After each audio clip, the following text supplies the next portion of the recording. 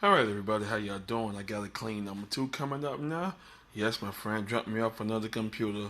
It's in excellent working condition. It's on the i3 1220, 2 cores, 4 thread, 3.3 gigahertz processor.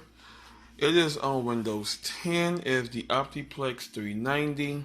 It's a small form factor. Yes. The main issue with this is that you can't log into it, so I'm just gonna go ahead and wipe the hard drive clean, do a fresh install of Windows 10, and do a deep thermal cleaning. Yes, it's a little dirty. Let's go ahead and peep into the hood. As you know, off bat, you can go ahead and see the little peach and fuzz dirt. You know, it's not that bad of dirtiness, but it is what it is. Let's go ahead on that key. As you see, yeah, the air cooler got some dust on it.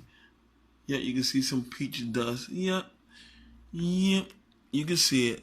So I am happy to do my second clean, and everything looking good. Go ahead and do my thing, and that's it. I am excited. I'm happy, and I'm ready to get on with this. So let's do this. All right.